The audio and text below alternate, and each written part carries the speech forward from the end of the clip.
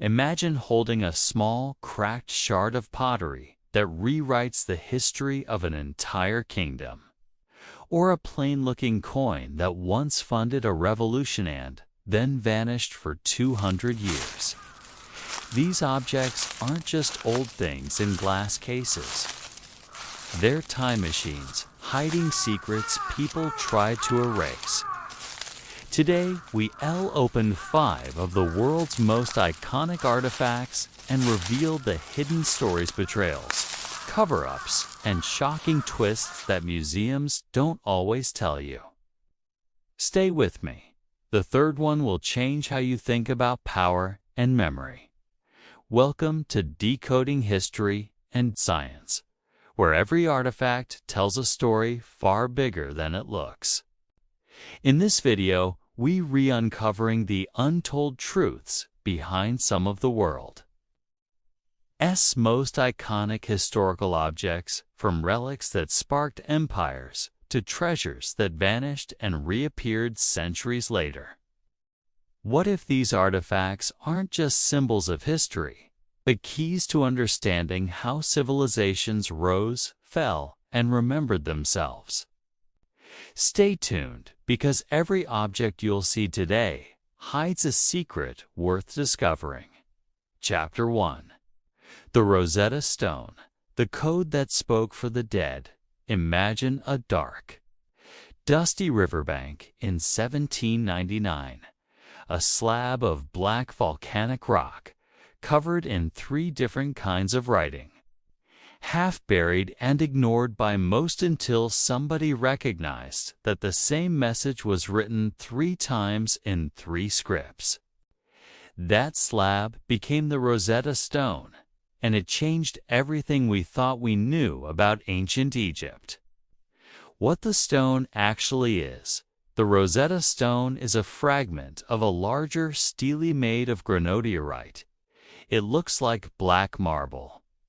On its surface are 3 parallel inscriptions. The top band is Egyptian hieroglyphs, the formal script used for temples and official inscriptions. The middle band is Demotic, a cursive Egyptian script used for everyday writing. The bottom band is Ancient Greek, the language used by the ruling class after Alexander the Great and during the Ptolemaic dynasty.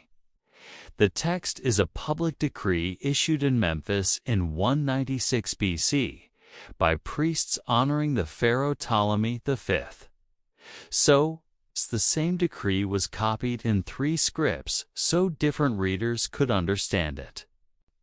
How it was found in 1799 during Napoleon's campaign in Egypt.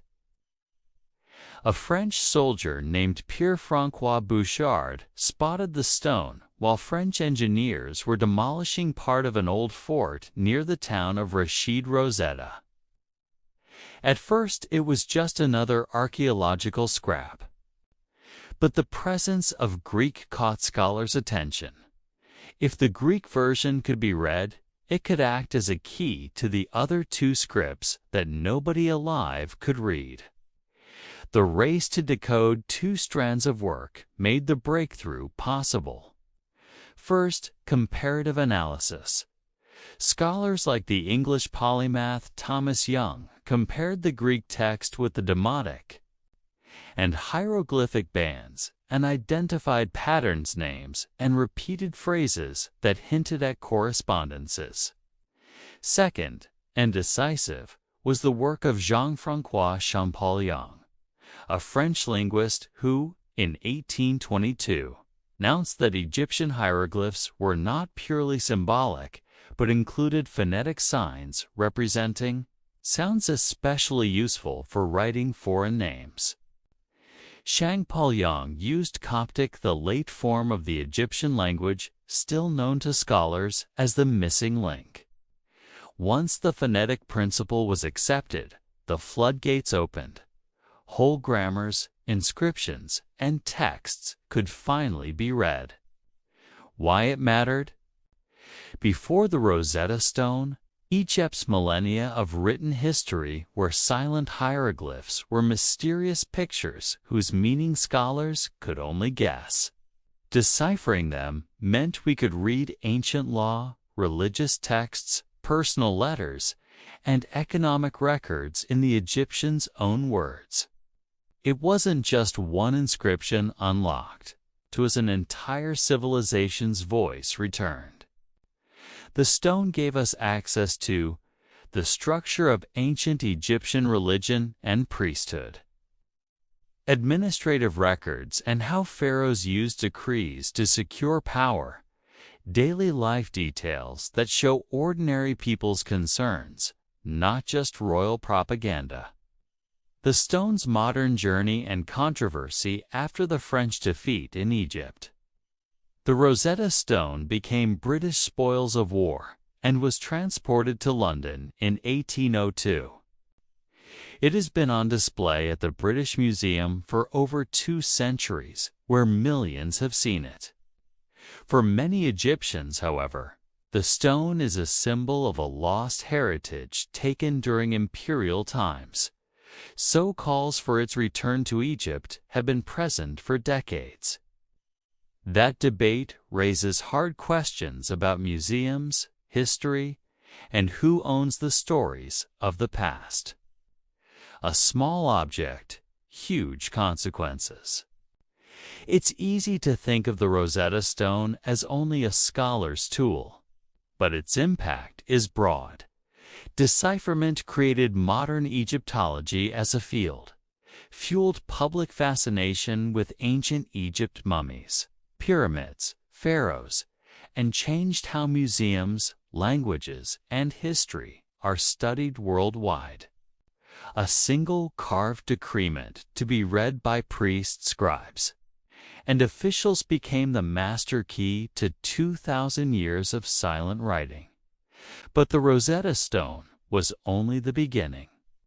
If one bilingual inscription could unlock a dead language, what happens when an artifact shows intentional erasure names chiseled out, images scratched away? That's exactly what we find in the next chapter: an emperor who tried to erase himself from history. Stay with me. Chapter 2.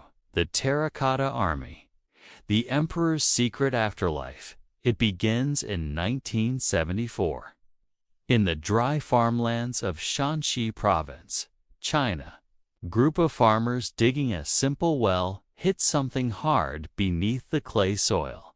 Not a rock, not a pipe, but the top of a life-sized clay soldier's head staring back at them through the dust. That single discovery would open one of the most jaw-dropping archaeological finds in human history. An underground city of warriors, frozen in silence for over 2,000 years. The man behind the army, Emperor Qin Shi Huang. To understand the Terracotta Army, we must understand the man who ordered it, Qin Shi Huang, China's first emperor. Born in 259 BC, he was not just a ruler. He was a force of nature. He united warring kingdoms, standardized China's language, currency, and even the width of its roads. He was a visionary, but also a man consumed by paranoia, immortality, and power. He believed death was not the end, merely another realm where his empire must continue. And so, he commanded the creation of an eternal army, one that would guard him in the afterlife, just as real soldiers had guarded him in life. An army made of clay, crafted like flesh, over 700,000 workers, artisans, laborers, and slaves were ordered to work on this colossal project. They molded more than 8,000 warriors, 130 chariots, and over 600 horses, all made of terracotta clay. But here's what's truly haunting. Each warrior has a unique face, different eyes, noses, hairstyles, and expressions. No two are alike. Some historians believe artists modeled them after real soldiers of the emperor's army, immortalizing actual men in clay. Their armor, their hands, even the veins beneath their skin, everything was crafted with a precision that seems almost modern.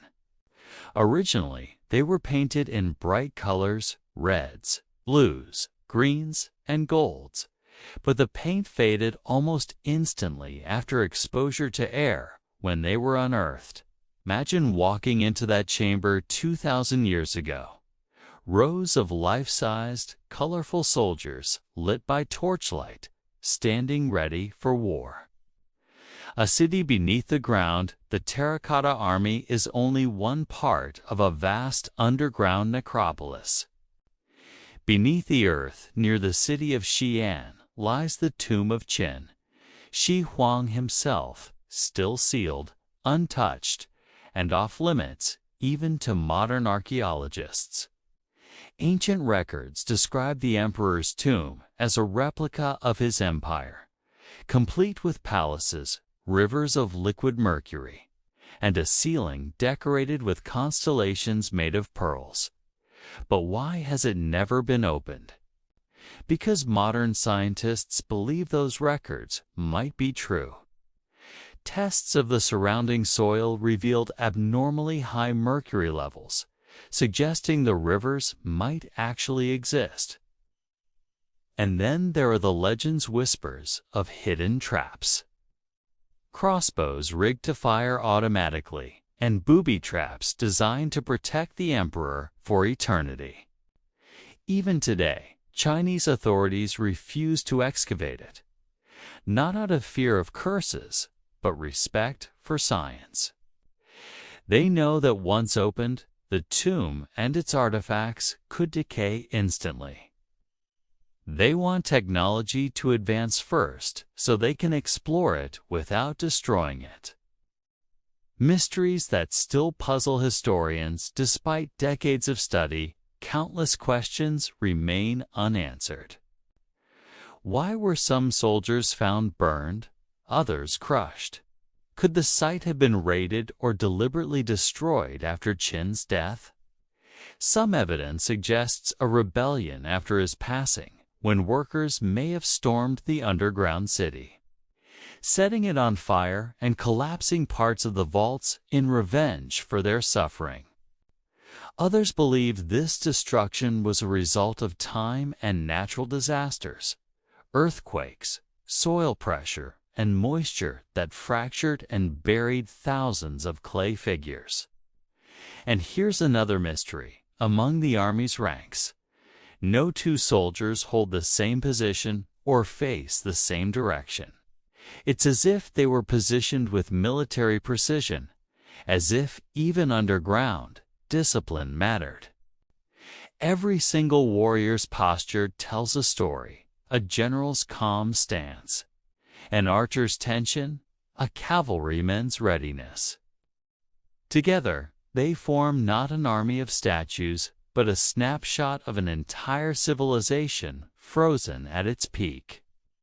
A glimpse into the emperor's mind, Qin Shi Huang's obsession with immortality wasn't limited to clay. Historical accounts say he sent expeditions across the seas to find the mythical elixir of life, believing it would grant him eternal youth.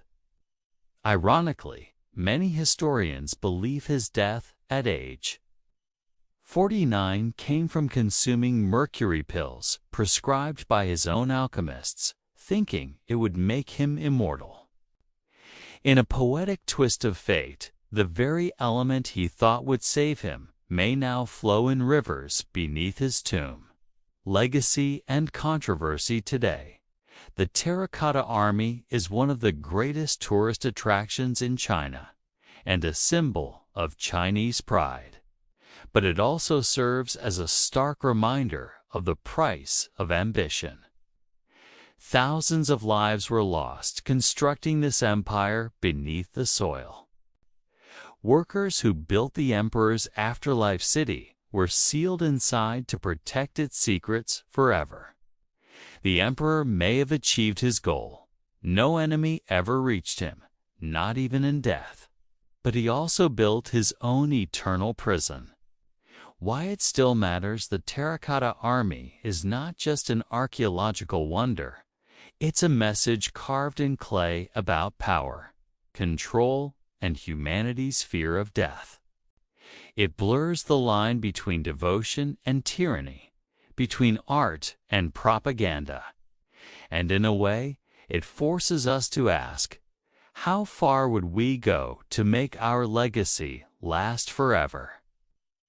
But what if there was another artifact, not built to guard a man's soul, but to capture his very image?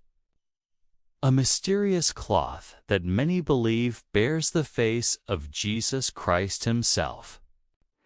That's where our next story takes us, to the legend, the science, and the mystery behind the Shroud of Turin.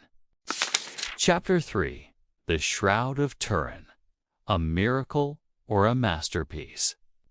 It's early morning in the quiet city of Turin, Italy. Inside a heavily guarded, climate-controlled glass case lies a long piece of linen, old, fragile, and mysterious. To the untrained eye, it's just a faded sheet of cloth. But look closely, and a faint image emerges the front and back of a man's body, bearing marks of crucifixion, bloodstains, and wounds. For centuries, millions have believed this linen was the very burial shroud of Jesus Christ, an image imprinted not by human hands, but by a divine flash at the moment of resurrection. Others say it's one of the most brilliant forgeries in history. Whatever the truth, the Shroud of Turin remains one of the most studied, controversial, and haunting artifacts the world has ever known. A cloth wrapped in mystery, the shroud measures about 14 feet long and 3.5 feet wide, woven in a distinctive herringbone pattern. On its surface lies the faint brownish image of a man with a beard and long hair, his arms crossed, his body bearing nail wounds in his wrists and feet, and a gash in his side, details matching the biblical description of Jesus' crucifixion. But the image itself is like nothing else. It's not painted, it's not drawn, and it's not burned on. The coloration barely penetrates the surface fibers, only a few microns deep, thinner than a human hair. Even modern imaging technology struggles to explain how it formed. The journey through time, the earliest confirmed record of the shroud appears in 1354 in France, when a knight named Geoffroy de Charny displayed it in a small church in Liry. The church at that time was cautious. Some leaders declared it a clever painting, while others accepted it as a holy relic. From there, the shroud's story is filled with fire, survival, and mystery. In 1532, a fire broke out in the chapel where it was kept, scorching parts of the cloth and leaving a pattern of triangular burns. Miraculously, the central image survived, as if protected by fate. In 1578, it was moved to Turin, Italy, where it has remained ever since, guarded and preserved by the House of Savoy and the Catholic Church. Science meets faith in 1978. A group of scientists called the Shroud of Turin Research Project, STURP, was given rare permission to examine the relic up close. They used photography, spectroscopy, chemical analysis, and ultraviolet imaging tools, never before applied to a religious artifact at this scale. Their findings: no traces of paint, pigment, or dye were found. The image was not made by any known artistic method. The bloodstains they discovered contained real human blood, specifically type A. Yet, skeptics pointed to another study. In 1988, 3 separate laboratories conducted radiocarbon dating on samples of the shroud. The results shocked the world. It dated to between 1260 and 1390 AD, suggesting it was a medieval creation, not a 2,000-year-old relic. But even that conclusion wasn't simple. Later analysts argued that the tested samples came from a repaired section of the cloth, contaminated by centuries of smoke, handling, and fire damage, meaning the dating might not represent the original fabric at all. The image that acts like a photograph in 1898, when an Italian photographer named Secondo Pia took the first official photograph of the shroud. He nearly dropped his plate in shock. On the negative image, the faint, almost invisible face on the cloth suddenly appeared clear and lifelike, like a perfect photographic negative centuries before the invention of photography. It was as if the shroud contained its own built-in photo, an image hidden in reverse, waiting for modern technology to reveal it. No one in medieval Europe could have known how to create such an effect. To this day, the image on the shroud shows 3-dimensional qualities when analyzed by NASA SVP-8's image analyzer, a machine designed for mapping surface depths on the Moon. How could a flat cloth encode such realistic depth information without modern tools? The spiritual dimension for believers. The shroud is far more than a puzzle. It's evidence of faith made visible. They see in it the moment between death and resurrection, a spiritual energy powerful enough to alter matter itself. For skeptics, it's a masterpiece of mystery, a relic crafted with incredible precision, perhaps even as a symbolic expression of devotion in the Middle Ages. Yet, both sides agree on one thing. No one has been able to reproduce it perfectly.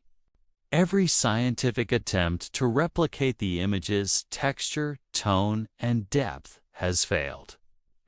The shroud's modern legacy today. The Shroud of Turin is kept in a specially designed, bulletproof, oxygen-free case at the Cathedral of St. John the Baptist in Turin. It's rarely displayed to the public. But when it is, millions travel from around the world, scientists, skeptics, and believers alike, to gaze at it in silence. It has inspired documentaries, debates, and even NASA-level investigations. But more than that, it forces us to question how faith, science, and history intersect, and how far we're willing to go to understand the unexplainable. What we've learned, the shroud may never yield all its secrets. Whether it's the genuine burial cloth of Jesus, a miraculous imprint of divine energy, or a medieval masterpiece of devotion, one thing is certain: it connects people across centuries, belief systems, and cultures in a shared pursuit of truth. And maybe that's its real miracle, not proving anything, but making the world ask questions that science still can't fully answer. But what if I told you the world's first computer wasn't built in the modern age? Not by engineers or scientists, but by ancient Greeks over 2,000 years ago. Up next, we uncover the mystery of a bronze machine pulled from the bottom of the sea, the Antikythera mechanism, the ancient device that rewrote the history of technology. Chapter 4. The Antikythera mechanism, the ancient Greek computer. It begins with a storm. In the year 1900, a group of sponge divers from the Greek island of Symi are exploring the treacherous waters near a small, rocky island called Antikythera, between Crete and mainland Greece. As they dive deeper into the turquoise sea, searching for sponges, one of them spots something strange: the outline of a sunken ship, scattered with bronze statues, pottery, and fragments of marble. Among the treasures buried in the sand and coral lay a lump of corroded bronze and wood that would soon challenge everything we thought we knew about ancient science. That corroded mass would become known as the Antikythera mechanism, an ancient device so complex it would take modern scientists more than a century to even begin to understand it. The discovery that shouldn't exist when the artifact was first recovered in 1901. It didn't look like much: a decaying chunk of green metal fused together. It sat forgotten for years in the National Archaeological Museum in Athens, until an archaeologist noticed something remarkable: tiny bronze gears, engraved dials, and Greek inscriptions hidden beneath layers of corrosion. This was no ordinary relic. It was a machine built over 2,000 years ago, around 100 BCE. But here's the impossible part: it was made with interlocking gears, precise ratios, and complex mathematics that wouldn't appear again in human history until more than 1,000 years later, during the European Renaissance. To put it simply, the Antikythera mechanism shouldn't exist in that time period, and yet it does. A machine from another age when modern X-ray scans and 3D imaging were finally applied to the fragments. Scientists were stunned. Inside were more than 30 bronze gears, finely cut with hundreds of teeth, perfectly meshing together to move in synchronized motion. When the mechanism's handles returned, the gears translated movement into a stunningly accurate simulation of the heavens. It could track the positions of the sun and moon, predict solar and lunar eclipses, follow the cycles of the planets, and even mark the dates of ancient Olympic Games. In other words, it wasn't just a timepiece, it was a mechanical model of the universe. Imagine it: over 2,000 years ago, Greek engineers building a device capable of calculating celestial events, a handheld cosmos carved in bronze. Who could have built it? That question has haunted historians ever since. The design suggests it was made by someone deeply familiar with astronomy, geometry, and mechanical engineering. Some scholars link it to the genius of Hipparchus of Rhodes, a Greek astronomer famous for his models of planetary motion. Others believe it was inspired by the work of Archimedes, the legendary mathematician and inventor who died decades earlier. Whoever built it, they belonged to a world where science and philosophy were intertwined, where understanding the cosmos wasn't just knowledge. It was divine insight. But how did a civilization of bronze and marble craft something so advanced that it would take NASA-level imaging to decode it in the 21st century? The language of the stars. The inscriptions engraved on the device, once invisible, revealed it was not a mystery to its maker. It contained detailed instructions, explaining how to align the gears and read the dials. One side showed a solar calendar. Another tracked the Metonic cycle, a 19-year period after which the phases of the moon repeat on the same days of the year. Another dial displayed the Saura cycle used to predict eclipses. There were even markings that seemed to track the movements of Mercury, Venus, Mars, Jupiter, and Saturn. the 5 planets visible to the naked eye. This wasn't superstition. It was science, precise, measurable, repeatable. It proves the ancient Greeks understood planetary orbits and mathematical ratios far better than we once believed. Lost knowledge, but here's the chilling part. After this single device, the technology simply vanished. No other mechanism like it has ever been found from the ancient world. It's as if this one genius invention, centuries ahead of its time, was built, used, and then lost forever. Was it destroyed in war? Buried in shipwrecks?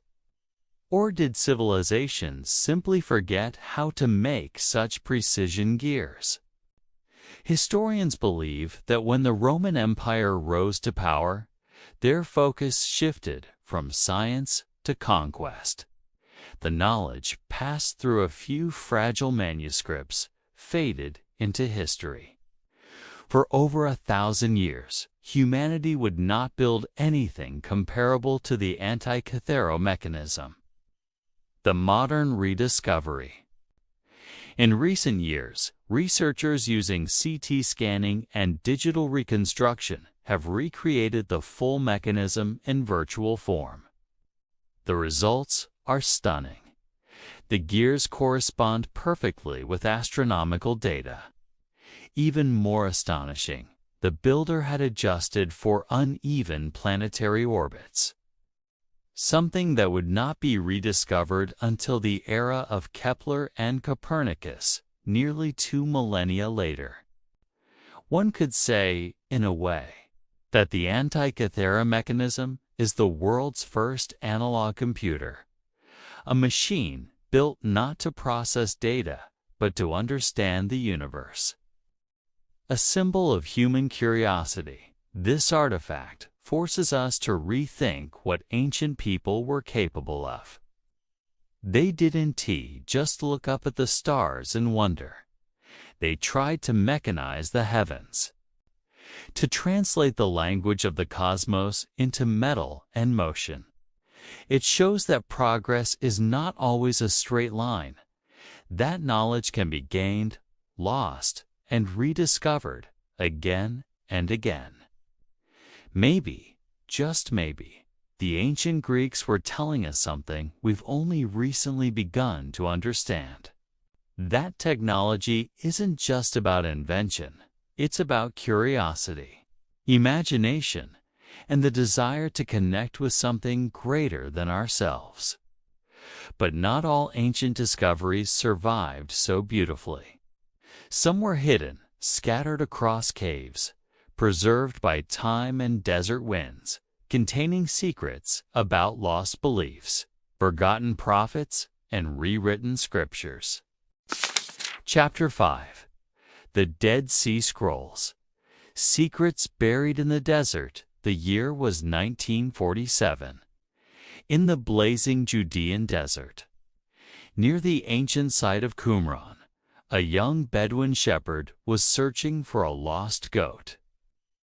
Tired and frustrated, he picked up a small stone and threw it into a nearby cave, expecting to hear the dull echo of rock, but instead hear the sound of breaking pottery. That single moment, a rock hitting a jar, would open one of the greatest archaeological discoveries in human history. Inside those caves were ancient scrolls, wrapped in linen and sealed inside clay jars. When scholars finally examined them, they realized these weren't ordinary texts. They were over 2,000 years old, some dating back to the 3rd century BCE. The words written on them? Sacred. They contained biblical manuscripts, prayers, community rules, and apocalyptic visions. Texts that would completely change what humanity knew about early Judaism and the origins of Christianity. Over the next decade, Archaeologists uncovered 11 caves filled with fragments of nearly 900 different manuscripts, written mostly in Hebrew, with traces of Aramaic and Greek. Among them were portions of almost every book of the Hebrew Bible, including the book of Isaiah, nearly identical to the version we read today. This shocked scholars. It proved that, across 2,000 years, the core messages of the ancient scriptures had been preserved with extraordinary accuracy. But the Dead Sea Scrolls were more than religious relics. They were time capsules from a forgotten people known as the Essenes, a mysterious Jewish sect that lived in isolation near Qumran around the time of Jesus. They rejected the corruption of Jerusalem's priests, followed strict purity laws, and awaited a coming teacher of righteousness who would reveal divine truth. Some historians even believe early Christian practices were inspired by the Essenes' teachings. For decades, the scrolls stirred controversy. Why were some hidden so carefully? Who decided which texts survived and which vanished? And perhaps most intriguing, why do some scrolls describe a final war of the sons of light against the sons of darkness? An apocalyptic prophecy that eerily echoes through later religious writings. When the first photos of the scrolls were released in the 1950s, the world was captivated. Here were documents older than any biblical text ever known, written by hands that lived centuries before Christ, voices whispering from a time of faith, conflict, and expectation. Yet not all scrolls were made public right away. For nearly 40 years, certain texts were kept hidden by a small group of scholars who controlled access. Rumors spread that the Vatican was hiding explosive revelations, or that the scrolls contained forgotten gospels. In truth, most delays were academic bureaucracy, but the mystery only deepened the legend. Today, the Dead Sea Scrolls are preserved in the Shrine of the Book Museum in Jerusalem, a stunning war-slung, white dome designed to resemble the clay jars they were found in. Visitors can see the ancient parchment under dim lights, the ink faint but still alive, like a heartbeat from antiquity. Every word reminds us how fragile, yet enduring human belief can be. Through centuries of sandstorms, war, and time itself, these scrolls survive to tell us that truth. No matter how long it's buried, always finds its way to light. And as archaeologists continue to search the desert caves, one haunting question remains: if the Dead Sea Scrolls could rewrite what we thought we knew about religion, what else might still lie hidden beneath the sands of Judea, waiting for the next stone to be thrown? Chapter 7. The Moai Statues of Easter Island, Silent Watchers. In the endless blue of the Pacific Ocean lies one of the most isolated places on Earth, Rapa Nui, better known as Easter Island. It's a small volcanic island, barely visible on a map, yet it holds one of the greatest mysteries of human civilization. Scattered across its wind-swept plains are nearly 900 colossal stone figures, known as the Moai. Enormous solemn faces staring out toward the horizon as if watching over something long forgotten. For centuries, sailors, explorers, and scientists alike have stood before these statues in awe. Who built them? Why were they made? And what were they watching for? These questions have echoed through time unanswered, haunting and beautiful. When the first European explorers landed here in 1722, they couldn't believe their eyes. The island was tiny, just 15 miles long, yet its shores were lined with these towering stone giants, some weighing more than 80 tons and standing over 30 feet tall. How could an ancient Polynesian people cut off from the rest of the world create and move such massive structures without metal tools, wheels, or animals of burden? It seemed impossible.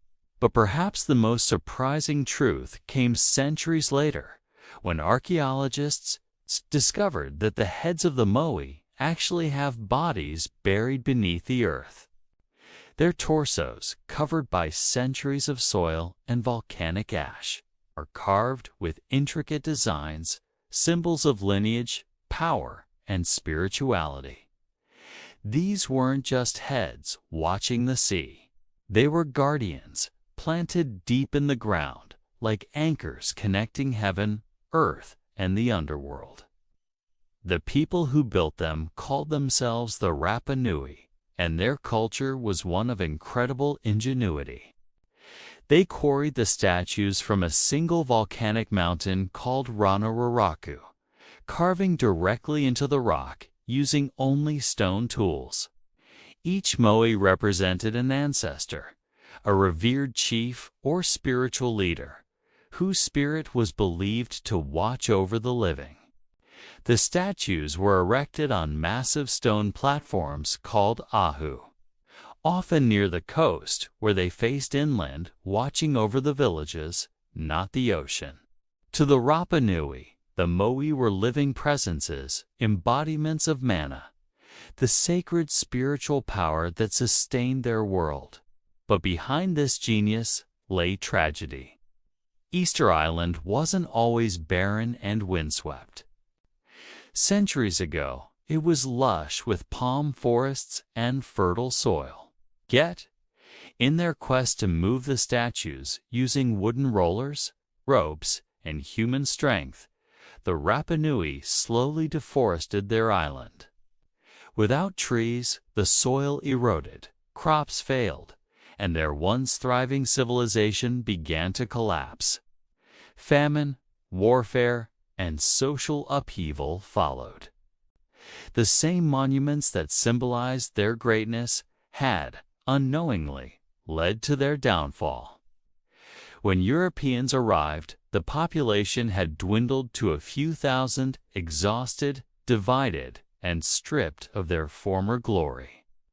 Many moai had been toppled during tribal wars, their proud faces lying broken in the grass.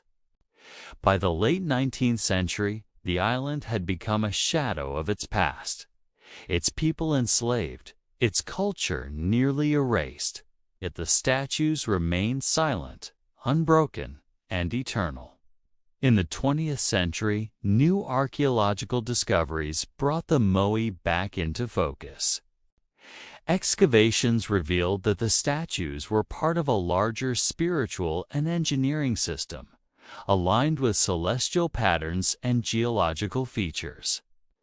Researchers found that the Rapa Nui may have used a unique walking technique to move the statues, rocking them side to side using ropes, almost like how you'd move a refrigerator upright. To the astonishment of scientists, this theory worked. It meant the Rapa Nui had discovered a brilliant, energy-efficient way to transport massive stones across miles of rough terrain without wheels or beasts. And then came the deeper revelation beneath the buried torsos. Archaeologists uncovered ancient petroglyphs etched into the rock. Birds, fish, and sacred symbols representing rebirth and the cycle of life. It wasn't just art, it was a spiritual language. Each carving told the story of that ancestor's role in protecting the island, ensuring fertility, and maintaining balance between the human and divine worlds. But even now, mystery clings to the moai like the ocean mist. Why did the Rapa Nui eventually stop building them? Why were so many left unfinished in the quarry, frozen mid-creation, as if the carvers simply vanished? Some say it was resource exhaustion. Others believe a spiritual crisis the ancestors had turned away, and the mana was lost. Whatever the reason, one thing is certain. The moai became more than monuments. They became warnings, silent witnesses to what happens when human ambition outpaces nature's limits. Today, Easter Island is a UNESCO World Heritage Site, and the moai are protected with care and reverence. Modern Rapa Nui descendants continue to honor their ancestors, performing ceremonies that reconnect them with the spirit of the land and sea. And though the statues no longer walk, their presence still commands respect. Standing before them, you feel it, a weight, an intelligence, an ancient watchfulness that seems almost alive. The moai are not just relics of the past, they are storytellers, guardians of a message carved in stone. That power must always walk hand in hand with balance.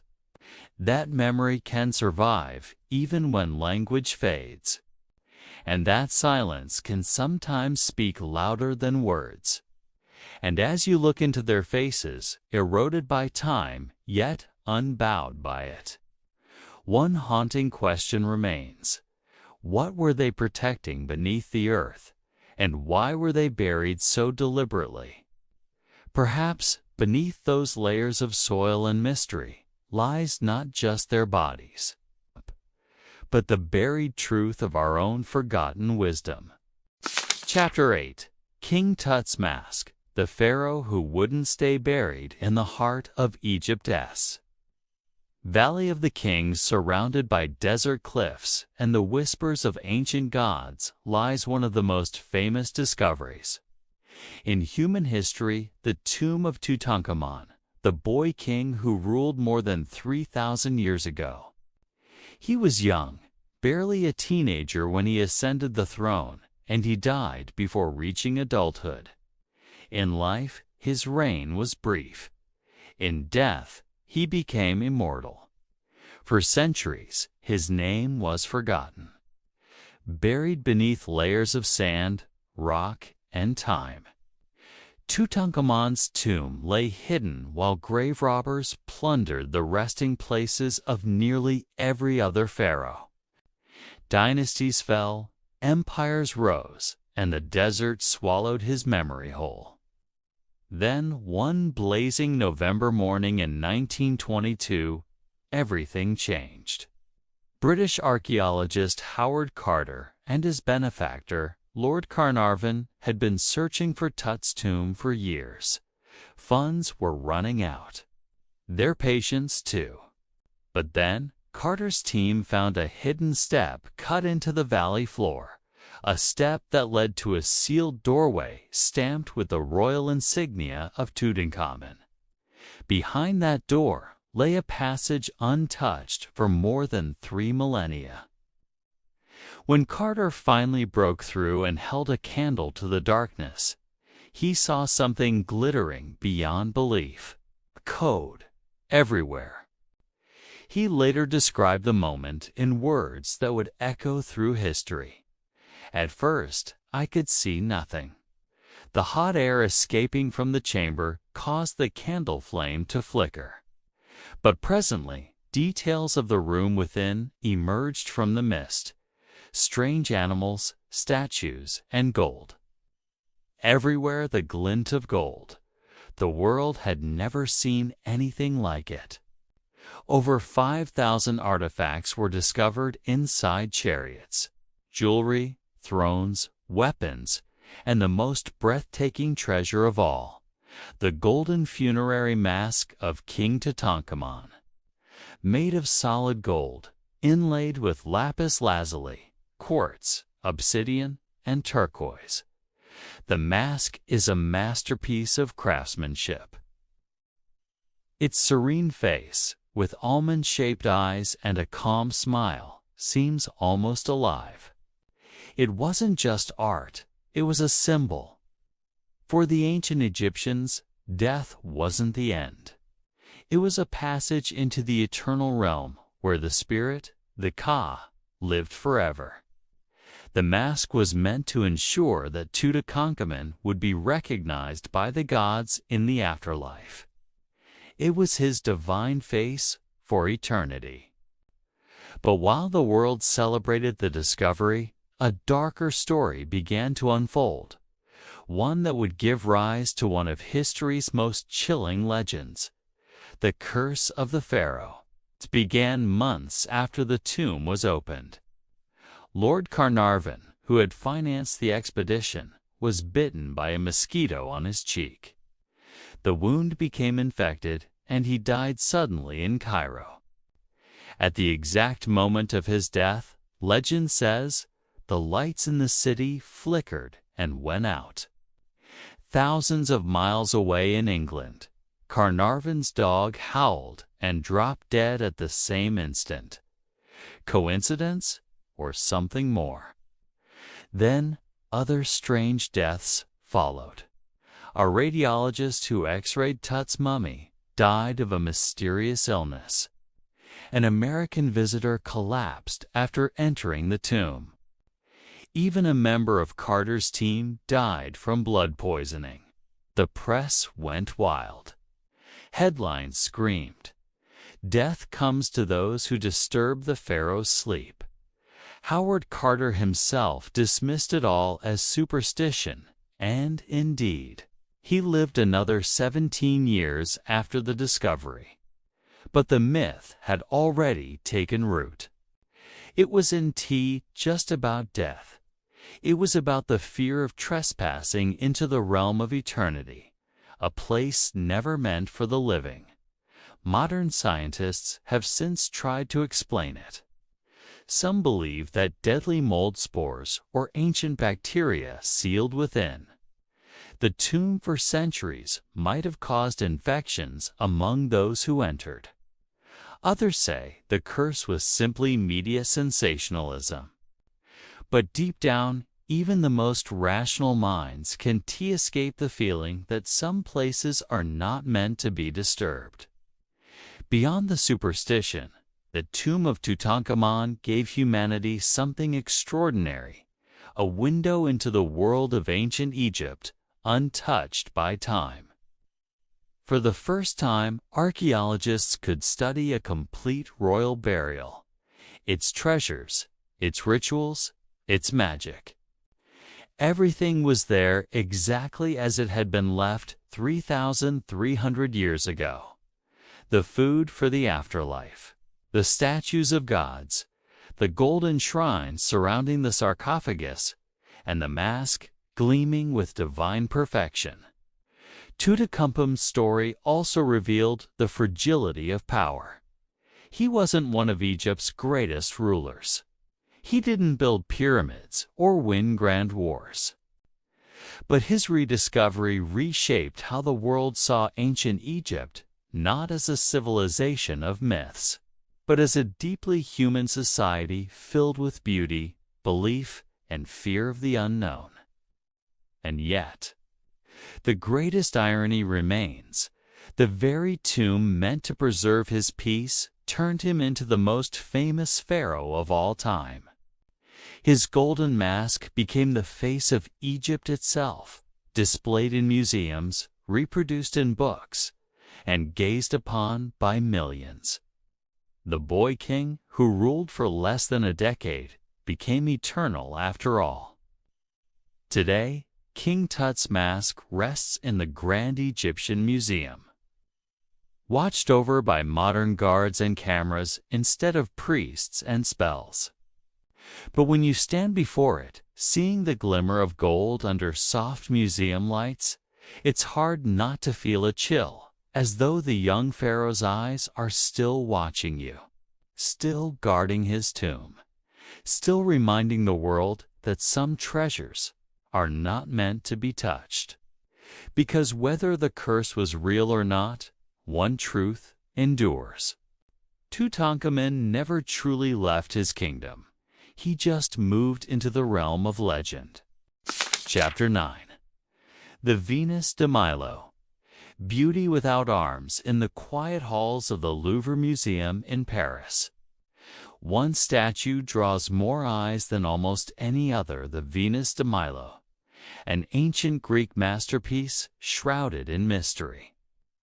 Carved from marble around 100 BCE, she stands over 6 feet tall, elegant, graceful, and incomplete. Her missing arms have turned her into a riddle that's haunted historians and artists for centuries. She was discovered by chance in 1820 on the island of Melos, or Milo, as it's known in modern Greek. A farmer named Yorgos Kentrotas was digging through the ruins of an old theater when he found broken marble pieces buried in the soil.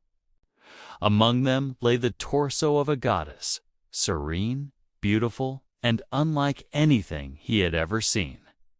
Soon, French naval officers stationed nearby heard of the find and persuaded him to sell it. The statue was taken to France, pieced together, and presented to King Louis XVIII, who gifted it to the Louvre. But from the very beginning, something about Venus de Milo didn't add up. Her arms were missing, her base was missing, and even the tools used to carve her seemed out of time.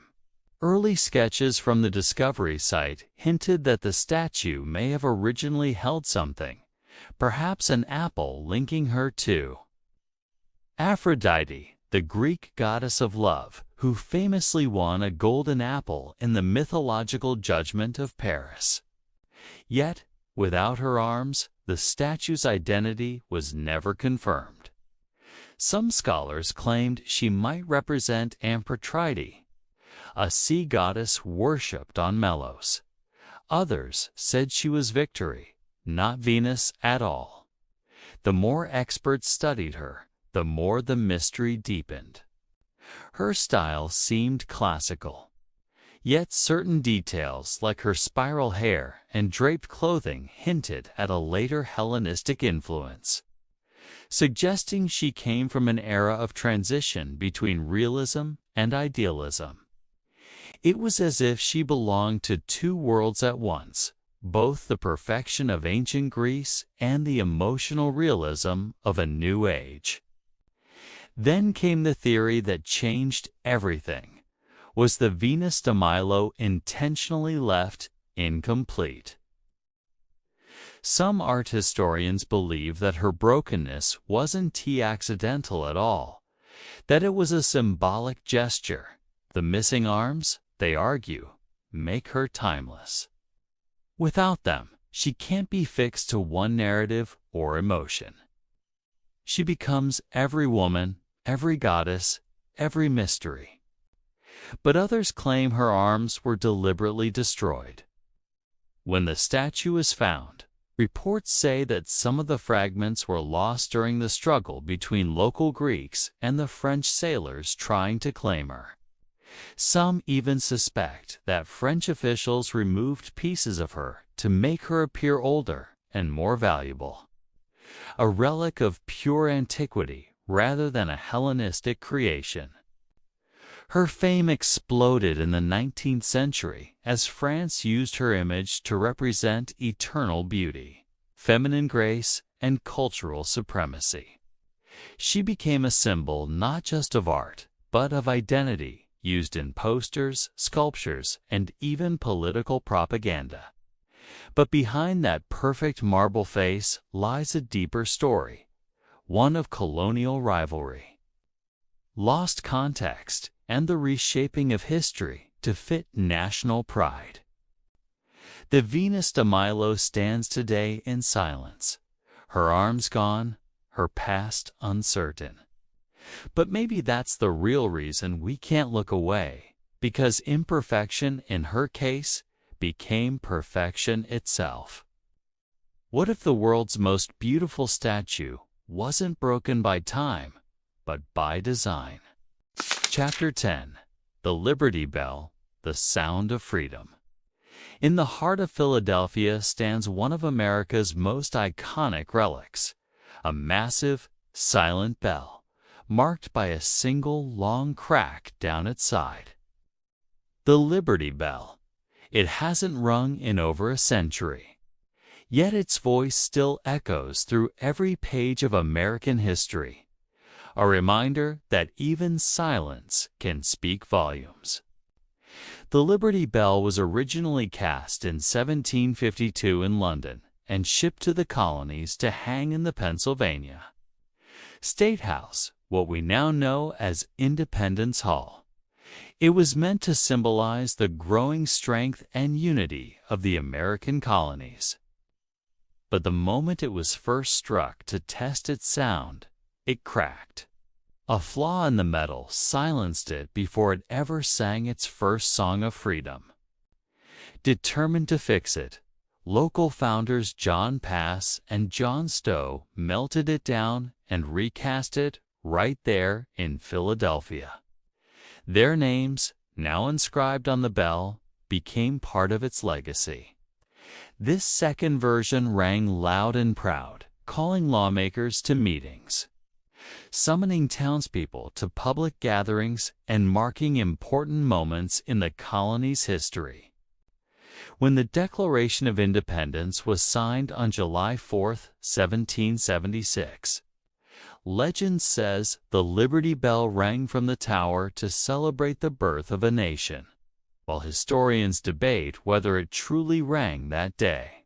One thing is certain, it became the symbol of that revolutionary spirit, the sound of a people breaking free from the chains of empire. Its inscription, taken from the Bible's book of Leviticus, reads, "Proclaim liberty throughout all the land unto all the inhabitants thereof." Those words would outlast the Revolution itself, inspiring generation after generation from abolitionists, fighting slavery in the 1800s to civil rights leaders, marching for equality in the 20th century. But time has a way of leaving its mark on history's greatest voices. By the early 1800s, the Liberty Bell had developed a hairline crack, likely from repeated use during celebrations and public events. In an attempt to repair it, metalworkers widened the crack and inserted rivets, but instead of restoring the sound, they silenced it forever. The bell that once rang for freedom could no longer speak, and yet that silence became even more powerful when abolitionists adopted the bell as a symbol in their fight to end slavery. They called it the Liberty Bell, a name that's stuck ever since. To them, the crack wasn't a flaw. It was a wound, a reminder that liberty was still incomplete. During the Civil War, and later during World War II, the Liberty Bell traveled across America on display, drawing millions who came to see the cracked yet unbroken emblem of their shared ideals.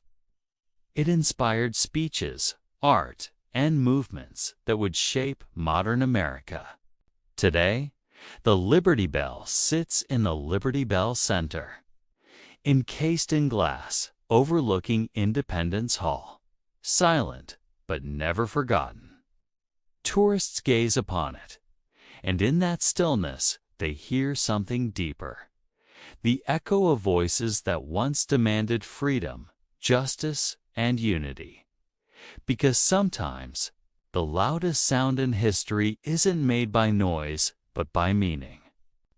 The Liberty Bell may be cracked, but maybe that's what makes it whole. History isn't just written in books. It's carved, cast, and buried in the artifacts our ancestors left behind. From the mysterious Moai statues of Easter Island to the cracked Liberty Bell of Philadelphia, each artifact tells a story not just about the past, but about us, our curiosity, our creativity, and our constant search for meaning. These relics remind us that time never truly silences truth. It only hides it, waiting for someone bold enough to uncover it. So the next time you see a statue, a relic, or even a museum piece, remember, it's not just an object.